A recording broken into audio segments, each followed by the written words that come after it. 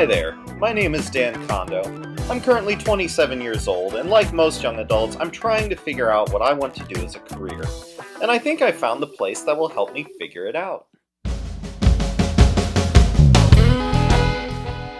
I graduated high school in 2010 from Massillon Washington High School in Massillon, Ohio, and started attending Bowling Green State University immediately after.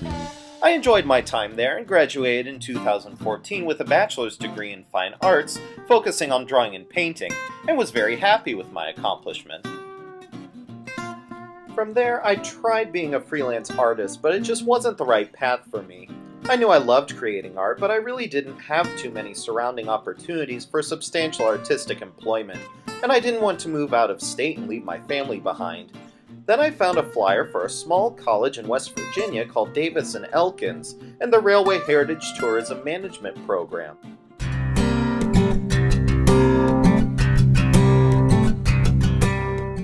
Now, I've been an avid rail fan since I was a toddler, but I never once thought of myself having a career at a rail heritage site, like a museum or a scenic railroad. As far as I knew, such places were not where a young person found a career, but mostly a sphere where people volunteered at after retiring.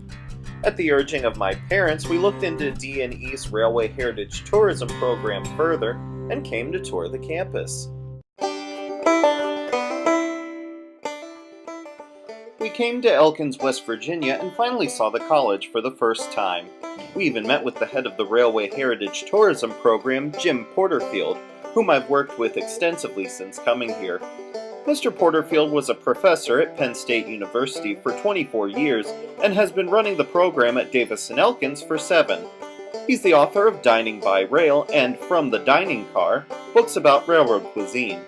He admitted that he himself was not always a train nut, but was introduced to the world of railroading by his father, who would take him to watch trains in the nickel plate yards when they were vacationing at their family cottage in Conneaut, Ohio.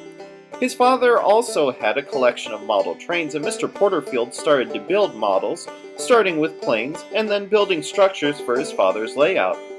He admitted that he is not necessarily a fan of the equipment, like the locomotives and cars, but more fascinated with the heritage of the railroads and the people who worked on them and lived around them, a heritage he believes will be what ultimately keeps the rail heritage industry alive, not just the trains themselves.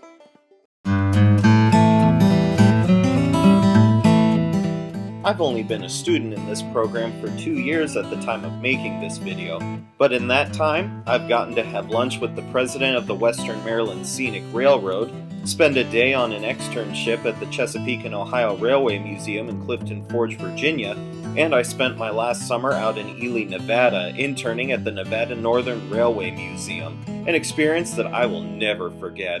If you are a young rail fan and would like to explore the possibility of having a career in this field, I would definitely suggest coming here and giving D&E a try.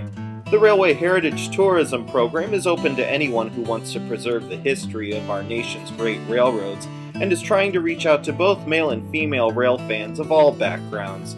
If you have the passion, this program will help you nurture and refine it so that you can make a fulfilling career out of it.